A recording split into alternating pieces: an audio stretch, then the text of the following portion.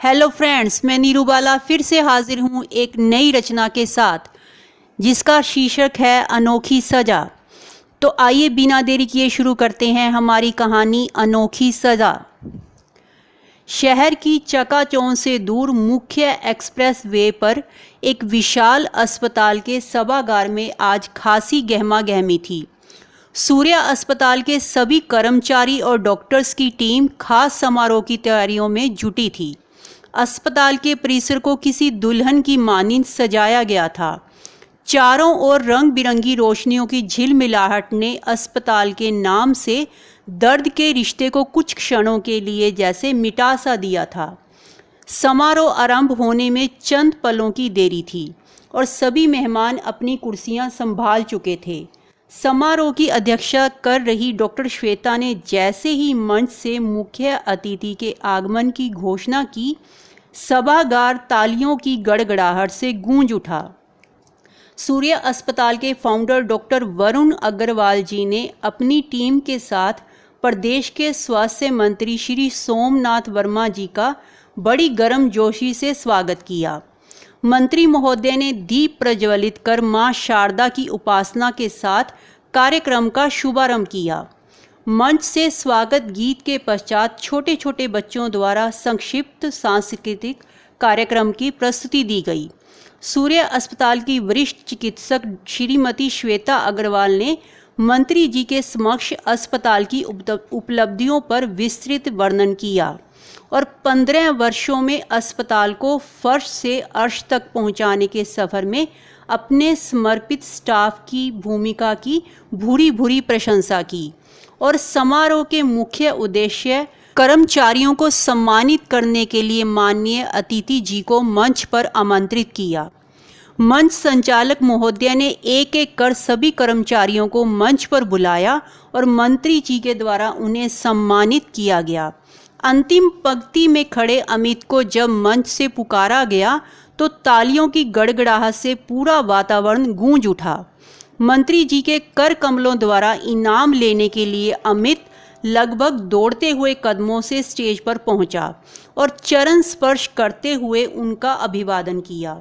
मंत्री जी ने पीठ थपथपाते हुए अमित को एक स्मृति चिन्ह और प्रशस्ति पत्र देकर सम्मानित किया। मंत्री जी द्वारा इतना बड़ा सम्मान पाकर अमित की आंखें डबडबा उठी और वह मंच पर उपस्थित डॉक्टर श्वेता के चरणों में नतमस्तक हो गया। डॉक्टर श्वेता ने कंधों से पकड़कर अमित को उठाया और गौरवपूर्ण दृष्टि से देखते हुए माइक उसके हाथ में थमा दिया। अमित ने स्वयं को संयत करते हुए माइक संभाला और कहना शुरू किया, माननीय मंत्री महोदय, डॉक्टर वरुण जी, डॉक्टर श्वेता जी और मेरे प्यारे साथियों, आज मुझे इस सम्मानित मंच से जो आशीर्वाद और सम्मान प्राप्त हुआ है उसके लिए मैं आप सबका तहे दिल से आभारी हूँ। मगर सही मायने में इस पुरस्कार का प्रथम अधिकार मैडम श्वेता जी का है। उन्होंने ही पैरों के नीचे रहने वाले धूल के कण को आसमान के शिखर तक पहुंचाया है।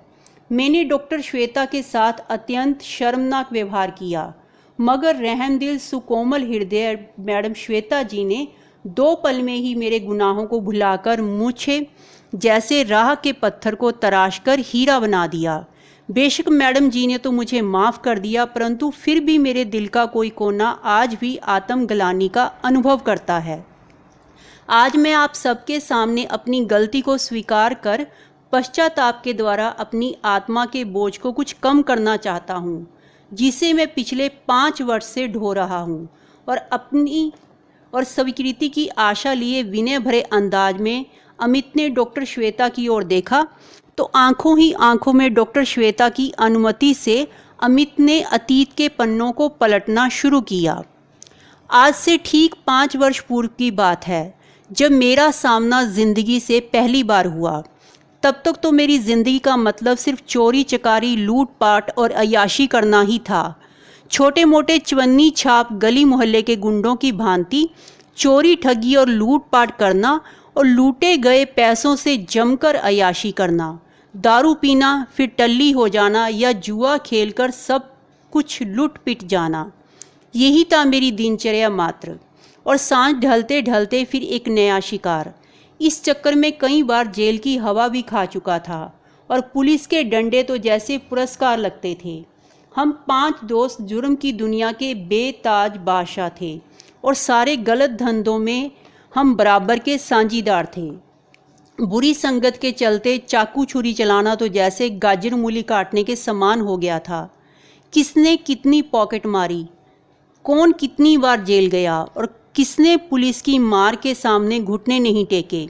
इस प्रकार की उपलब्धियां एक अपराधी के जीवन में इनाम की भांति होती हैं और इसी से अपराध की दुनिया में उसकी छवि आंकी जाती है।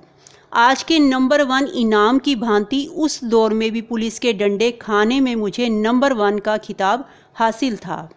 जैसे जैसे हमारी ख्वाहिशें बढ़ती गई वैसे वैसे हमारे अपराधों का ग्राफ भी बढ़ता गया। पॉकेट मारी के साथ साथ चेन स्नैचिंग, बाइक और कार पर भी हाथ साफ करना शुरू हो गया था। चोरी की गाड़ियां लेकर भागते भागते मैं इतना माहिर हो गया कि तेज़ रफ्तार ही मेरी पहचान बन गई। गाड़ी चुराकर पल भर में छू मंतर हो जाना मेरे लिए बाएं हाथ का खेल था। दुनिया कहती है कि शराब पीकर गाड़ी नहीं चलानी चाहिए, परंतु मैं इसका जीता जागता अपवाद था। मेरे साथी कहते थे कि तू दारू पीकर गाड़ी चलाता नहीं अपितु उड़ाता है, पर फिर भी कभी मेरा कोई एक्सीडेंट नहीं हुआ। दोस्तों, हमारी कहानी बहुत दिलचस्प मोड़ ले चुकी है। अमित के जीवन में आखिर ऐसा क्या हुआ जिसकी वजह से उसकी ज़िंदगी बदल गई? जानने के लिए हमारे साथ जुड़े रहिए। मैं बहुत जल्द कहानी का दूसरा भाग लेकर फिर से हाजिर होंगी। तब तक आप स्वस्थ रहिए, मस्त रहिए और हमारे चैनल को सब्सक्राइब कीजिए। धन्यवाद।